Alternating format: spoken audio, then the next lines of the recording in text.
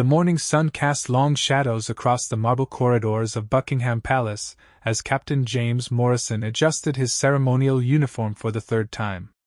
23 years of service to the crown had taught him that even the smallest detail mattered when protecting the royal family. His polished boots echoed against the ancient stones as he made his routine inspection of the East Wing, the sound mixing with the distant hum of London traffic beyond the palace gates. Morrison had seen many things during his decades of service. He had witnessed state dinners with world leaders, private family moments that would never reach the public eye, and the quiet dignity with which the royals carried themselves through both triumph and tragedy. But nothing in his extensive experience had prepared him for what he would encounter on this seemingly ordinary Tuesday morning in November. The palace was quieter than usual. Most of the senior royals were away on official duties, leaving only a skeleton staff to maintain the day-to-day operations. Princess Catherine had departed early for a charity event in Manchester, while Prince William was attending a climate summit in Scotland. The Queen Mother was resting in her private apartments, as had become her custom since her recent bout of pneumonia. Only Princess Isabella, the youngest daughter of Prince Edward, remained in residence, having returned the previous evening from her studies at Oxford. Morrison knew Princess Isabella well, having watched her grow from a precocious child into an intelligent young woman of 22. Unlike some of her cousins, she had always been respectful to the staff, often stopping to ask about their families or to thank them for their service. She possessed a natural warmth that reminded many of her late grandmother, Princess Diana, though she carried herself with the quiet dignity that marked all members of the Windsor family. As Morrison approached the princess's wing of the palace, he noticed something unusual. Lady Margaret Thornfield, Isabella's longtime lady-in-waiting, was pacing nervously outside the princess's private study. Lady Margaret, a woman in her 50s who had served the royal household for over 3 decades, was known for her unflappable composure. Seeing her in such an agitated state immediately put Morrison on high alert. "Lady Margaret," Morrison called softly as he approached. "Is everything quite all right?" The older woman turned, her face pale and drawn with worry. Her usually perfect silver hair was slightly disheveled, and her hands trembled as she clutched a manila envelope against her chest. "Captain Morrison," she whispered, glancing nervously at the closed door behind her. "I'm afraid something terrible has happened. The princess, she received a delivery this morning. A package that contains something most disturbing." Morrison's training kicked in immediately. His hand moved instinctively toward his radio, ready to call for backup if necessary. "What kind of package, Lady Margaret? Has security been notified?" "That's just it," Lady Margaret replied, her voice barely audible. "The package came through official channels. It bore the seal of the Home Office and was marked with the highest security clearances. It appeared completely legitimate. The princess signed for it herself before I could intervene." The captain's brow furrowed with concern. Official packages were not uncommon at the palace, but they typically went through multiple layers of security screening before reaching any member of the royal family. The fact that this one had bypassed normal protocols was deeply troubling. "Where is the princess now?" Morrison asked, his voice taking on the authoritative tone he used during security briefings. "In her study."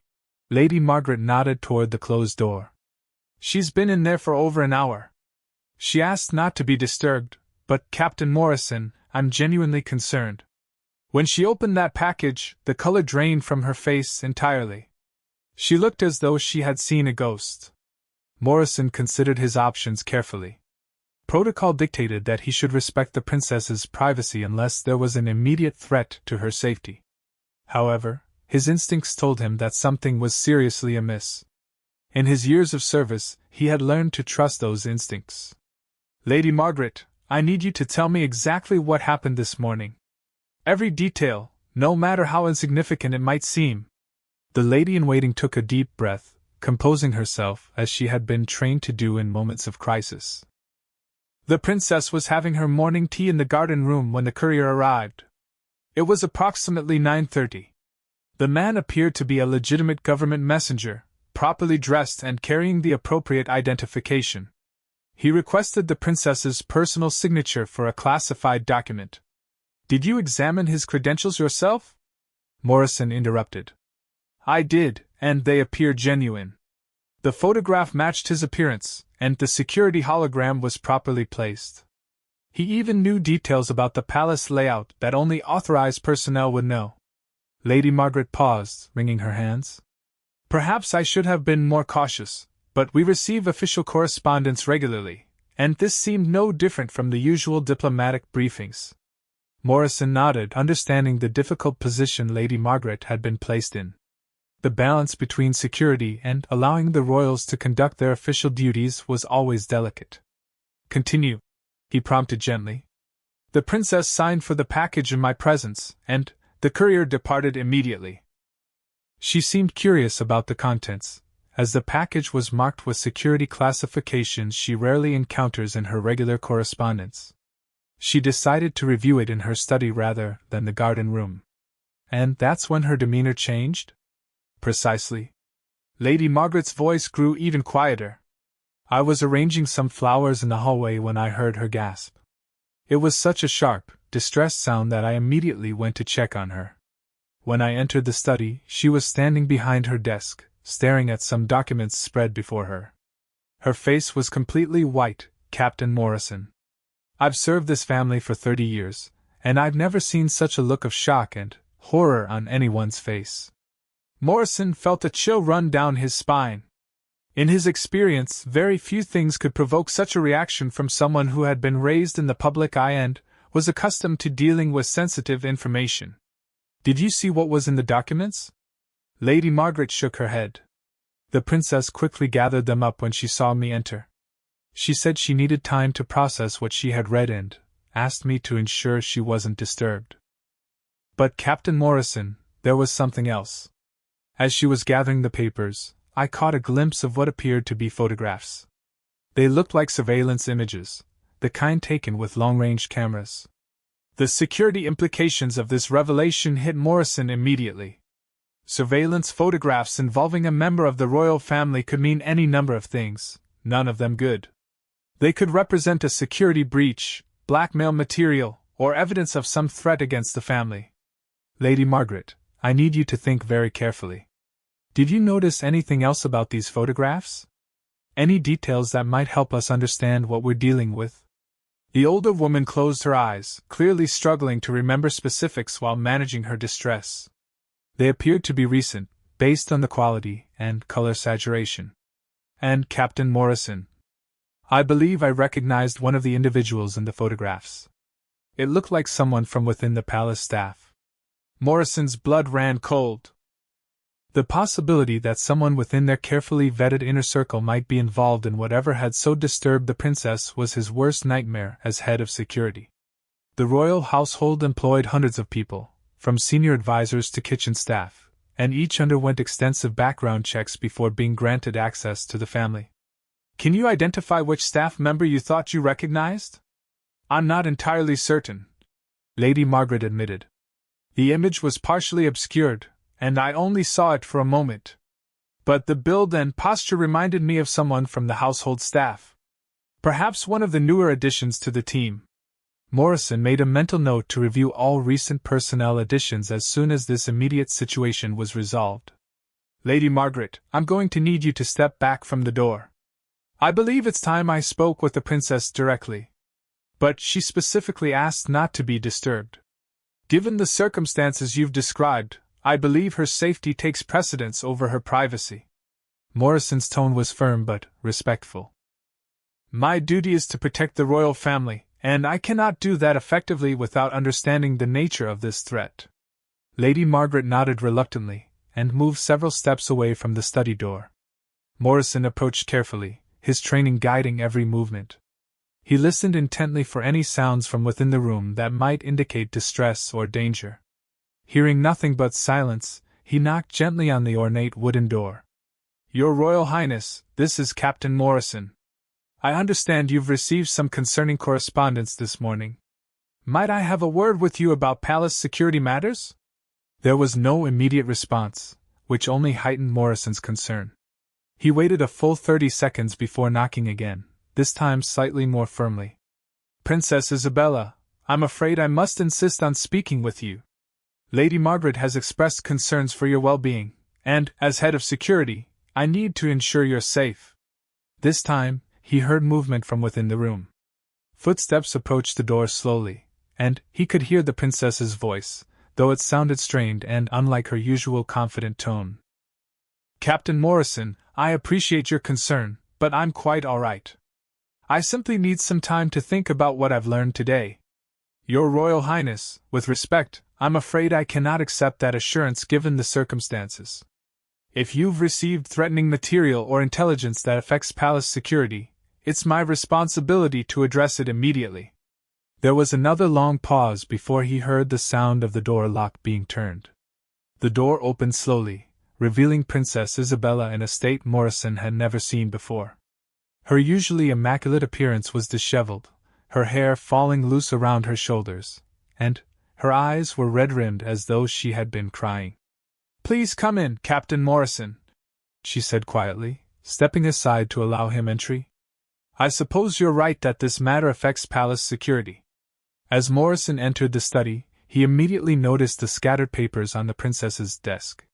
Even from a distance, he could see they included what appeared to be surveillance photographs, official documents with government seals, and what looked like bank records or financial statements. "Your Royal Highness, I need to ask you directly. Do these documents contain threats against you or your family?" Princess Isabella moved to stand behind her desk, her hands resting on the scattered papers as though protecting them from view. "Not threats in the traditional sense, Captain Morrison. But they contain information that could be far more damaging than any direct threat against our personal safety." Morrison felt his stomach tighten. In his experience, information that could damage the royal family typically fell into one of several categories: financial impropriety, personal scandals, or political complications. Any of these could have far-reaching consequences for both the family and the monarchy as an institution. "Princess, I understand this may be difficult, but I need to know what we're dealing with. The security of the entire royal household may depend on how we respond to this situation." The young woman looked up at him with eyes that seemed to have aged years in the span of a single morning. "Captain Morrison, these documents suggest that someone very close to our family has been secretly working against us for years. Someone we trusted completely has been feeding information to outside parties, information that has been used to manipulate situations and potentially compromise the crown itself." The weight of this revelation settled over Morrison like a heavy blanket. A security breach of this magnitude would require immediate and decisive action, but it would also need to be handled with extreme discretion to avoid a scandal that could shake the very foundations of the monarchy. "Do the documents identify this individual?" "They do," Princess Isabella replied, her voice barely above a whisper. "And Captain Morrison, when you learn who it is, I believe you'll understand why I'm so shaken. This isn't just a betrayal of our security. It's a betrayal by someone who has been like family to us for decades." Captain Morrison felt his world tilt slightly as he processed Princess Isabella's words. In all his years of service, he had encountered various security threats, from overzealous tourists scaling the palace gates to more serious concerns involving potential terrorist activities. But the possibility of a long-term mole within their trusted inner circle was something that chilled him to the bone. The implications were staggering, not just for the immediate safety of the royal family, but for the very integrity of the institution they were sworn to protect. "Princess," Morrison said carefully, his voice steady despite the turmoil in his mind, "before we proceed, I need to ensure we're handling this correctly. These documents, are they authenticated? Do we have reason to believe they're genuine rather than an elaborate fabrication designed to sow discord within the household?" Isabella moved around her desk and picked up a folder marked with multiple security seals. Her hands were steadier now, as though having someone to share this burden with had given her strength. "That was my first thought as well, Captain Morrison. But look at this." She opened the folder and revealed a series of photographs that made Morrison's blood run cold. They showed various members of the royal household in private moments, conversations in supposedly secure locations, private family gatherings, and even images from inside the palace walls that should have been impossible to capture without inside assistance. These photographs were taken over the past 3 years, Isabella continued, her voice growing stronger as she focused on the facts rather than the emotions. The metadata on the digital copies shows precise timestamps and locations. Some of these images were captured during events where security was at its highest level. The only way someone could have obtained these shots would be with detailed knowledge of our schedules, our security protocols, and our private routines. Morrison leaned closer to examine the photographs, his trained eye immediately noting details that confirmed the princess's assessment. The angles of the shots, the quality of the images despite obvious attempts at concealment, and the intimate nature of the moments captured all pointed to someone with unprecedented access to the royal family. More troubling still, Isabella continued, are these financial records. She pulled out another set of documents. They show regular payments to a numbered account in the Cayman Islands. The amounts are substantial, tens of thousands of pounds transferred monthly for the past 4 years. The payments always occur within 48 hours of major palace events or royal engagements. Morrison studied the financial documents, noting the precision of the timing Isabella had described. Have you been able to trace the source of these payments? According to these documents, they originate from a shell company based in Monaco. But the ultimate source appears to be a consortium of tabloid newspapers and private intelligence firms. Companies that specialize in gathering compromising information about public figures. The captain felt a sick realization washing over him. They've been paying someone inside the palace to spy on the family. Not just for immediate news stories, but to build a comprehensive intelligence database. Exactly. Isabella's voice carried a mixture of anger and hurt. And, Captain Morrison, it gets worse. Some of these documents suggest that information gathered through this operation hasn't just been used for tabloid stories. It's been shared with political groups and foreign interests. Someone has been systematically compromising the political neutrality of the crown by providing advanced intelligence about our positions on various issues. Morrison understood immediately why Princess Isabella had been so shaken. The royal family's constitutional role required absolute political neutrality. If their private discussions about policy matters or their genuine reactions to political developments were being shared with partisan groups, it could destroy the carefully maintained balance that allowed the monarchy to function within Britain's democratic system. Princess, I need to ask the most difficult question. Do these documents specifically identify the person responsible for this breach? Isabella hesitated, her composure wavering for the first time since Morrison had entered the room. They do. And, Captain Morrison, it's going to be as devastating for you to hear as it was for me to learn. She pulled out a final document, this one bearing the official seal of what appeared to be a private investigation firm. Morrison could see it was a detailed surveillance report, complete with photographs and written observations. The person who has been feeding information to these outside parties, Isabella said quietly, is Sir Geoffrey Pemberton. Morrison felt as though the floor had dropped out from beneath him. Sir Geoffrey Pemberton had served as the royal family's private secretary for over 15 years. He was a trusted advisor who had been present for some of the most sensitive discussions in recent royal history. More than that, he was a man Morrison considered a personal friend, someone he had shared countless quiet conversations with during long duty shifts, someone whose judgment and loyalty he had never questioned. Sir Geoffrey? Morrison's voice came out as barely a whisper. Princess, are you certain? Sir Geoffrey has been with the family since before you were born. He's been through every major crisis, every celebration. He was personally selected by the Queen herself. I know, Isabella replied, her own voice breaking slightly. That's what makes this so particularly painful. Sir Geoffrey has been like an uncle to me, Captain Morrison. He taught me about royal protocol, helped me navigate the complexities of public life, and was always someone I felt I could trust completely. The thought that all those years, he was observing us, analyzing us, and reporting our most private moments to strangers. Morrison sank into one of the chairs facing the princess's desk, the weight of this revelation overwhelming his usual professional composure. Sir Geoffrey Pemberton was more than just a colleague, He was a cornerstone of the palace's operations. He had access to virtually everything: family schedules, security briefings, private correspondence, and sensitive political discussions. If he had indeed been compromising this information, the damage could be incalculable. What specific evidence do they have against Sir Geoffrey? Morrison asked, forcing himself to focus on the facts rather than his personal feelings of betrayal. Isabella spread several documents across her desk. Surveillance photographs showing him meeting with known journalists and intelligence operatives. Records of his personal financial accounts showing deposits that correspond exactly with the timeline of information leaks. Even recordings of phone conversations where he discusses specific details about family activities that were later reported in the press with unusual accuracy. Morrison examined the evidence methodically, his security training overriding his personal shock. The case against Sir Geoffrey appeared to be comprehensive and damning.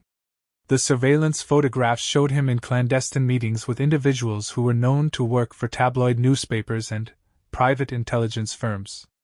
The financial records revealed a pattern of payments that correlated precisely with major royal events and subsequent press coverage. "There's more," Isabella continued, her voice growing steadier as she focused on the evidence. "According to these documents, Sir Geoffrey hasn't just been a passive observer. He's been actively manipulating situations to create more valuable intelligence. The reports suggest he's influenced scheduling decisions to create opportunities for compromising photographs, steered conversations towards sensitive topics to gather more useful information, and even arranged for certain family members to be in vulnerable positions during public events. The implications of this level of active manipulation were staggering. Morrison realized that many situations he had attributed to coincidence or bad luck might actually have been orchestrated by someone they trusted completely. "Princess, have you shared this information with anyone else? Your parents, the Queen Mother, or any other family members?" "No." Isabella shook her head. "I've been sitting here for the past hour trying to process this myself. Captain Morrison, I don't even know how to begin to tell my family that someone they've trusted with their most intimate secrets has been betraying them for years. And the timing is particularly difficult, given that Sir Geoffrey is supposed to accompany my father on a sensitive diplomatic mission to the Middle East next week." Morrison's security instincts immediately focused on this upcoming mission. "Princess, if Sir Geoffrey has been compromising sensitive information, we cannot allow him to participate in any diplomatic activities. The intelligence he could gather from such a mission, and the damage he could do by sharing it with unauthorized parties, could have international implications." "I understand that," Isabella replied. "But how do we prevent it without revealing what we know? If we suddenly remove Sir Geoffrey from the mission without explanation, it will raise questions. And if these allegations become public before we've had a chance to investigate them thoroughly, the damage to the crown could be enormous." Morrison found himself facing one of the most complex security challenges of his career. They needed to protect the royal family from further compromise while avoiding actions that might precipitate an even larger crisis. The delicate balance required careful planning and absolute discretion. "Princess, I believe our first step must be to secure these documents and ensure no one else has access to this information until we've had time to verify it thoroughly. Then, we need to discreetly investigate Sir Geoffrey's activities to confirm or refute these allegations." "How do we investigate someone who has access to virtually every aspect of palace operations?" Isabella asked. "Sir Geoffrey knows our security protocols, our investigation procedures, and our personnel. If we begin asking questions about him, he'll likely become aware of it almost immediately." Morrison considered this challenge carefully. Traditional internal investigations would indeed be compromised if the subject had the level of access Sir Geoffrey possessed. They would need to approach this differently. "We'll need outside assistance," Morrison concluded. "The documents suggest this investigation was conducted by an independent security firm. If they've been watching Sir Geoffrey, they may have additional evidence we haven't seen yet. More importantly, they can continue monitoring his activities without his knowledge while we determine our next steps." Isabella looked at the papers scattered across her desk with a mixture of determination and sadness. "Captain Morrison, There's something else these documents reveal that you need to know. According to the investigation report, Sir Geoffrey isn't working alone. The evidence suggests he has at least one accomplice within the palace staff, someone who helps him gain access to areas and information that would be difficult for him to obtain independently. This revelation added another layer of complexity to an already overwhelming situation. Morrison realized they were potentially dealing with a conspiracy rather than a single rogue individual. The security implications were even more serious than he had initially thought. Do the documents provide any indication who this accomplice might be? The reports are less clear on this point, Isabella admitted. There are references to a secondary asset and mentions of cooperation from someone in the household staff, but no specific identification. The investigation appears to have focused primarily on Sir Geoffrey as the main operative. Morrison made mental notes about every member of the household staff who had been hired or promoted during Sir Geoffrey's tenure. The list would be extensive, but it would provide a starting point for identifying potential accomplices. Princess, I need to ask you about something that may be difficult. Given the scope of this betrayal, we have to consider whether Sir Geoffrey might have compromising information about you personally. Is there anything in your private life that you're concerned might have been documented or that could be used against you or the family?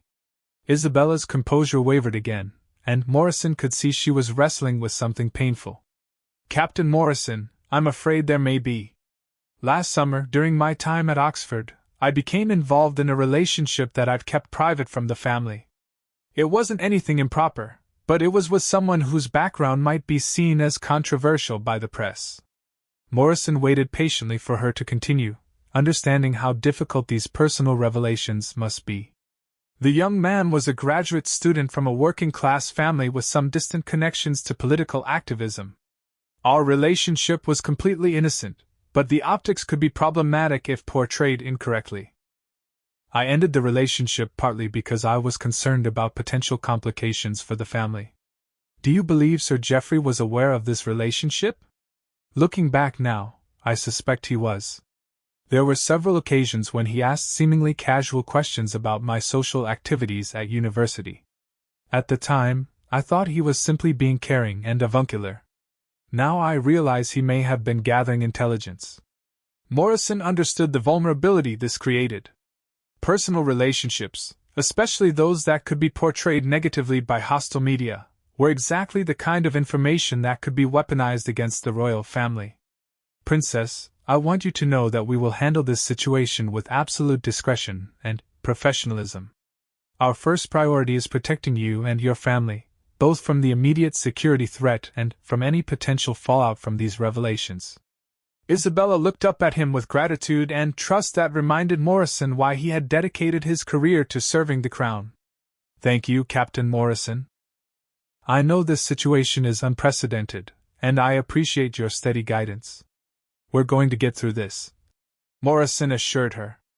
But it's going to require careful planning and absolute secrecy until we understand the full scope of the problem. The afternoon sun filtered through the tall windows of Princess Isabella's study as Captain Morrison worked methodically to secure the compromising documents. Each piece of evidence was photographed, catalogued, and sealed in protective covers before being placed in a secure case that would be transported to the palace's most restricted vault.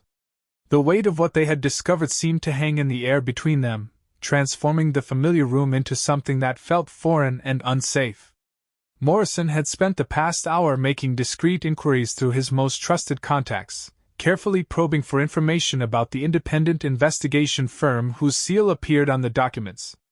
What he had learned only deepened his concern about the situation they were facing. Princess, Morrison said as he secured the final document, I've been able to verify that the investigation firm mentioned in these reports is legitimate. They're a high-end private security company that specializes in corporate espionage and intelligence gathering for wealthy clients. More importantly, they have connections to several government agencies, which suggests these documents may have official backing. Isabella looked up from the cup of tea Lady Margaret had quietly brought her, though it remained untouched and had long since grown cold. What kind of official backing? Are you suggesting the government has been investigating our family? Not necessarily investigating the family directly, Morrison clarified. But potentially monitoring threats to the Crown's security. These firms are sometimes contracted by intelligence services to conduct surveillance operations that would be politically sensitive if handled through official channels. The implications of this possibility were complex and troubling. If the government had indeed commissioned this investigation, it suggested that concerns about security breaches within the royal household had reached the highest levels of the British intelligence community. It also meant that the information they had discovered might be part of a larger operation that they were only beginning to understand. "Captain Morrison," Isabella said quietly, "there's something else I need to tell you. After you left to make your inquiries, I noticed something peculiar about my computer. There were signs that someone had accessed my personal files recently, despite the fact that my study has been locked and I've been the only person with access." Morrison immediately moved to examine the princess's computer, his training in digital security coming to the forefront. "What specifically did you notice?" "Several files had been modified yesterday evening, according to the system logs. But I wasn't even in the palace yesterday evening. I was at a dinner at Oxford and didn't return until nearly midnight. The modifications occurred around 8 o'clock. Morrison examined the computer's access logs carefully, his concern growing as he reviewed the data. "Princess, these logs show that someone with administrative privileges accessed your system using what appears to be a master key. This level of access would only be available to senior members of the palace's IT department or someone with Sir Geoffrey's level of authorization," Isabella finished grimly. "Exactly. The timing is also significant. If Sir Geoffrey suspected that sensitive information might be coming to light, he may have been attempting to gather any additional intelligence he could before his activities were exposed. The realization that Sir Geoffrey might have been actively working to cover his tracks added urgency to their situation. Morrison understood that they were likely working against a limited time frame before the suspected mole became aware of their discovery and potentially took steps to protect himself or destroy additional evidence. "Princess, I need to make a difficult recommendation. I believe we should inform your father about this situation immediately, even though I understand your reluctance to burden him with such troubling news." Isabella stood and walked to the window, gazing out at the palace grounds where tourists moved peacefully along the designated paths, completely unaware of the crisis unfolding within the walls they admired. "I've been dreading this moment, Captain Morrison. My father has been under enormous pressure recently with the diplomatic situation in Eastern Europe and the ongoing economic challenges. The last thing I wanted was to add a personal betrayal to his list of concerns. With respect, Princess, this has moved beyond being merely a personal matter. If Sir Geoffrey has been compromising sensitive government information that passes through the palace, it could affect national security. Your father needs to know so he can make informed decisions about the upcoming diplomatic mission." Isabella turned back to face Morrison, her expression showing the weight of the responsibility she was grappling with. "You're absolutely right, of course. But Captain Morrison, I'm also concerned about how this information will affect the rest of the family.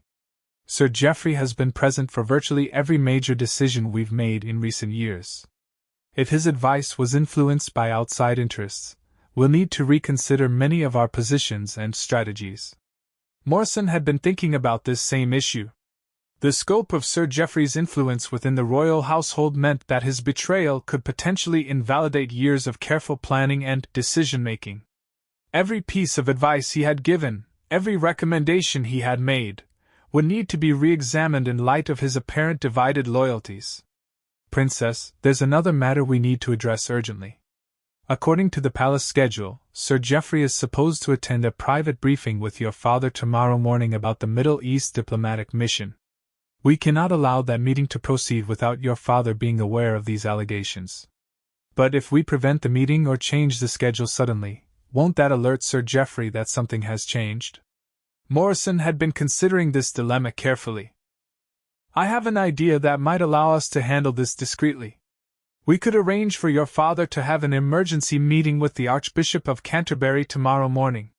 It would be a legitimate scheduling conflict that wouldn't raise suspicions, and it would give us time to brief your father on the situation before he has any further interactions with Sir Geoffrey." Isabella nodded slowly, seeing the wisdom in this approach. That could work. The Archbishop has been requesting a meeting about the Church's position on social issues, so it wouldn't seem unusual to prioritize that discussion. There's something else we need to consider, Morrison continued. If Sir Geoffrey realizes his activities have been discovered, he might attempt to flee the country or destroy additional evidence. We need to be prepared to prevent that while maintaining the appearance of normalcy. How do we accomplish that without raising alarms? Morrison had been formulating a plan as they discussed the various challenges they faced. We can arrange for enhanced security protocols that would appear routine but would effectively monitor Sir Geoffrey's movements. I can implement new procedures for diplomatic travel that would require additional verification steps, which would delay any attempt to leave the country. Most importantly, I can position trusted security personnel to observe his activities without his knowledge. Isabella walked back to her desk and sat down, her posture reflecting the enormous burden of leadership that had suddenly fallen upon her shoulders. Captain Morrison, I need to ask you something that may be uncomfortable. Given the scope of this betrayal, how can we be certain that Sir Geoffrey is the only compromised individual in our organization? If foreign interests or hostile groups have been targeting the royal household, might there be others who have been recruited or coerced? This question struck at Morrison's deepest fears about the situation. His entire career had been built on the assumption that the people surrounding the royal family had been thoroughly vetted and could be trusted completely. The possibility that this trust had been systematically violated forced him to reconsider everything he thought he knew about palace security. You're absolutely right to raise that concern, Princess. The evidence suggests Sir Geoffrey had at least one accomplice within the household staff. But more broadly, if hostile groups have been targeting our organization, they may have multiple assets in place. So how do we investigate without compromising our own security further? Morrison had been wrestling with this exact problem. Traditional security investigations relied on internal resources and personnel, but if their personnel had been compromised, those same resources could be turned against them. I believe we need to bring in completely independent security experts, Morrison concluded. People who have no connection to the palace or the current staff, who can conduct a thorough review without the risk of information being leaked to compromised individuals. Isabella considered this recommendation carefully. But bringing in outsiders would also risk exposing our vulnerabilities to new parties. How do we know we can trust independent investigators any more than we can trust our own people? We can't, Morrison admitted honestly.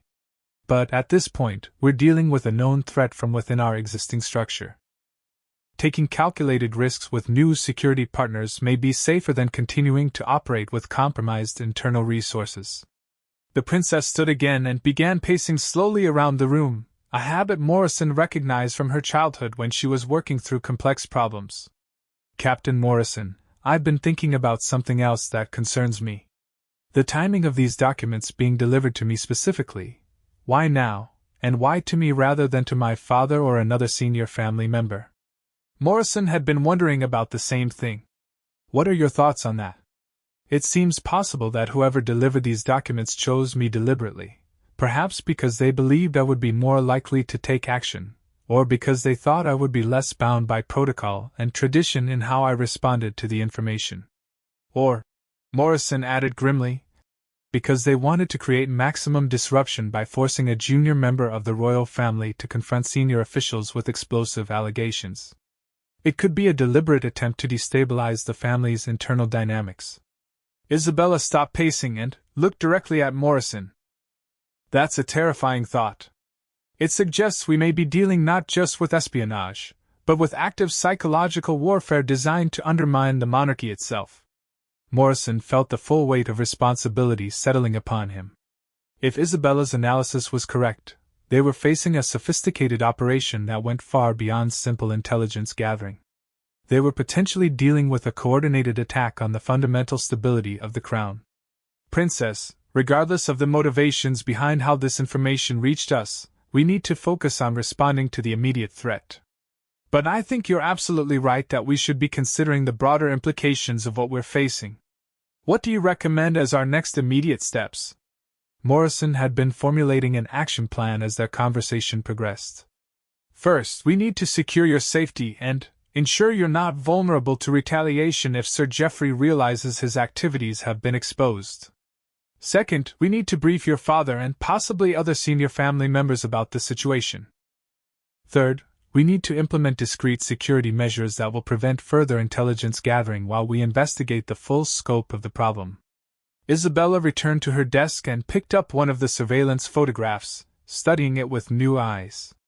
Captain Morrison, looking at this image more carefully, I'm noticing something I missed before. This photograph was taken from an angle that suggests the photographer was positioned inside the palace walls, possibly even inside the building itself. Morrison examined the photograph she was holding, his trained eye immediately confirming her observation. You're absolutely right. The perspective and the lack of distortion suggest this was taken with a high-quality camera from a relatively close distance. This supports the theory that Sir Geoffrey had assistance from someone with regular access to the palace interior. But it also suggests something even more troubling. Isabella continued. If surveillance equipment was positioned inside the palace to capture these images, it means our most private spaces have been compromised. Everything we've said and done in areas we believe to be secure may have been monitored and recorded. The implications of this realization were staggering. Morrison began mentally reviewing all the sensitive conversations, family meetings, and security briefings that had taken place in palace locations over the past several years. If hostile parties had access to recordings of those discussions, the damage to national security could be enormous. Princess, this changes our immediate priorities. Before we do anything else, we need to conduct a comprehensive sweep of the palace for unauthorized surveillance equipment. If listening devices or cameras have been planted in our secure areas, we need to locate and neutralize them immediately. Isabella nodded grimly. How long would such a sweep take, and can it be done discreetly? A thorough sweep would normally require several days and would be difficult to conceal from the household staff. However, we could begin with the most sensitive areas: family private quarters, security briefing rooms, and communication centers, and handle those sections during overnight hours when fewer people are present. Do we have the technical expertise within our security team to conduct such a sweep? Morrison considered their resources carefully. We have some capability, but for something this comprehensive and critical, I would recommend bringing in specialist technicians from the government's security services. They have more advanced equipment and greater experience with sophisticated surveillance systems. Isabella walked to her window again, this time focusing on the security personnel she could see patrolling the grounds below. Captain Morrison, looking at our guards down there, I'm suddenly wondering if any of them might be compromised as well. How well do we really know the people we've entrusted with our safety? This question touched on Morrison's greatest professional fear. The men and women he supervised had been carefully selected and trained, but if a sophisticated intelligence operation was targeting the palace, it was possible that even his security team had been infiltrated. Princess, that's exactly why we need independent assistance. We cannot conduct a thorough security review using only our existing personnel if we suspect that some of those personnel may be compromised. The weight of their situation was becoming increasingly clear. They were potentially facing a comprehensive breach of palace security that could affect every aspect of the royal family's life and work. The challenge of investigating and neutralizing such a threat while maintaining normal operations and public confidence seemed almost overwhelming. The evening shadows lengthened across the palace grounds as Captain Morrison concluded the most challenging day of his career in royal service.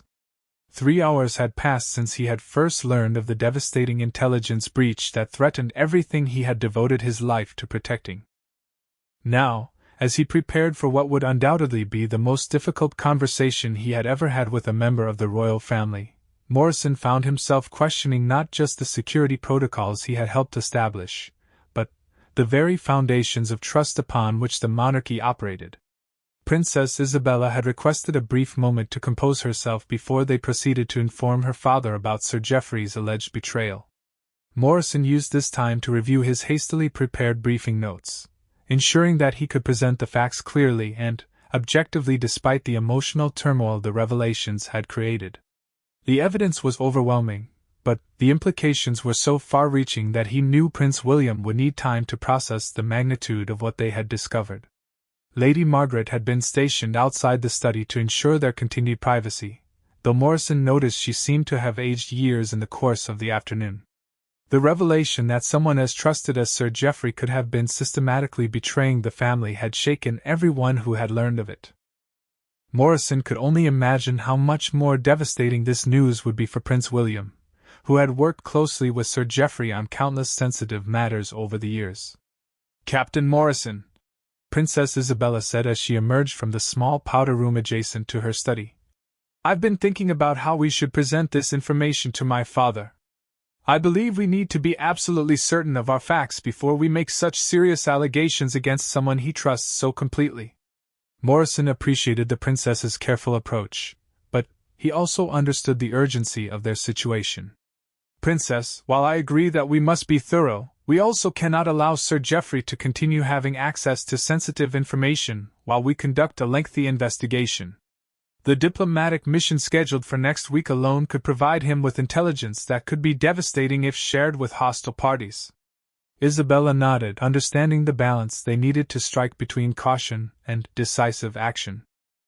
"What if we approach this by first suggesting enhanced security protocols for the upcoming mission, without initially revealing the specific intelligence about Sir Geoffrey? That would protect the immediate situation while giving us time to present the full evidence in a more controlled manner." Morrison considered this approach carefully.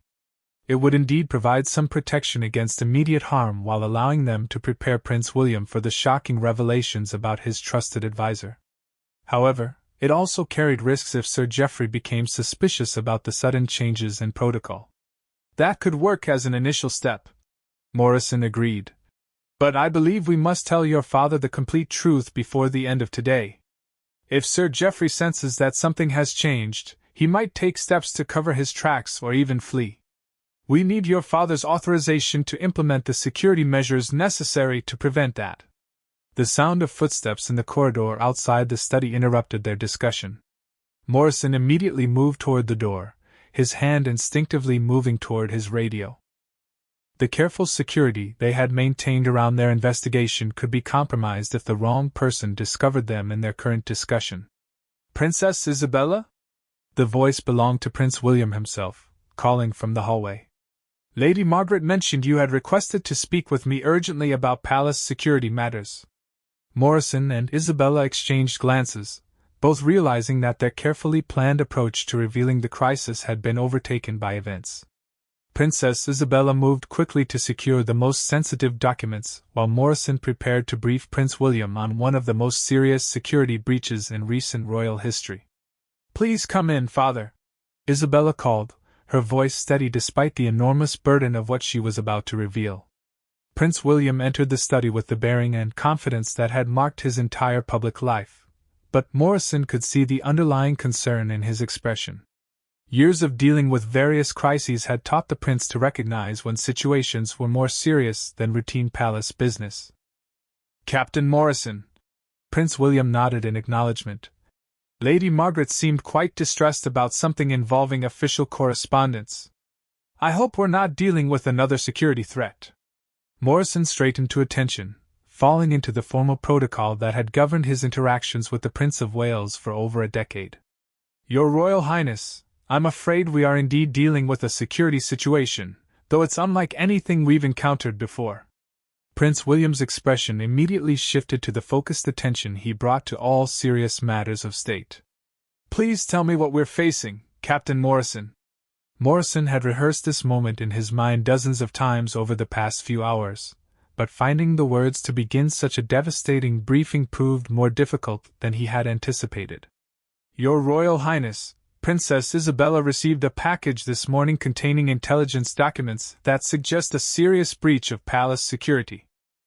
The evidence indicates that sensitive information about the royal family has been systematically compromised over a period of several years." Prince William moved to stand behind one of the chairs facing Isabella's desk, his hands gripping the back of the chair as he processed this initial information. "What kind of information has been compromised, and do we know the source of the breach?"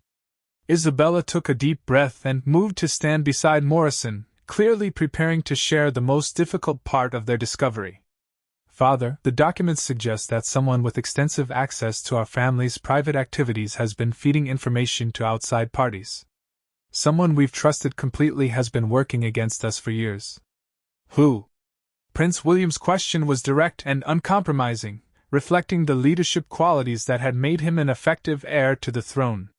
Morrison and Isabella exchanged one final glance before Morrison spoke the words that would change everything. Your Royal Highness, the evidence points to Sir Geoffrey Pemberton. The silence that followed this revelation seemed to stretch for an eternity. Morrison watched as Prince William's face went through a series of emotions: disbelief, shock, anger, and finally, a grim determination that suggested he was already beginning to consider the implications of what he had just learned. Sir Geoffrey, Prince William repeated slowly, as though testing the words. Captain Morrison, are you absolutely certain of this allegation? Sir Geoffrey has been with our family for 15 years. He's been present for some of our most sensitive discussions. He's been like a member of the family. Father, Isabella said gently, I had the same reaction. But the evidence is comprehensive and appears to be authentic. Captain Morrison and I have spent hours reviewing the documents, and there seems to be no question about Sir Geoffrey's involvement. Prince William moved around the chair and sat down heavily, the weight of this betrayal clearly affecting him deeply. Show me the evidence, he said quietly. For the next hour, Morrison and Isabella walked Prince William through the documents, photographs, and financial records that detailed Sir Geoffrey's apparent espionage activities. They explained the sophisticated surveillance operation that had been conducted, the regular payments he had received for his cooperation, and the scope of the intelligence that had been compromised. Prince William examined each piece of evidence carefully, his legal training evident in the methodical way he analyzed the information. Morrison could see the personal pain in the prince's eyes as he processed not just the professional implications of the betrayal, but the personal hurt of being deceived by someone he had considered a friend and trusted advisor. The timing of the payments, Prince William observed. They correspond exactly with major family events and state occasions. Sir Geoffrey would have had advance knowledge of our schedules, our security arrangements, and our private discussions about these events. Exactly, Morrison confirmed. And Your Royal Highness, the evidence suggests this wasn't passive observation. Sir Geoffrey appears to have actively influenced situations to create opportunities for gathering more valuable intelligence. Prince William looked up sharply at this revelation. What do you mean by actively influenced? Isabella answered this question, her voice reflecting her own struggle to understand the depth of the betrayal they had discovered.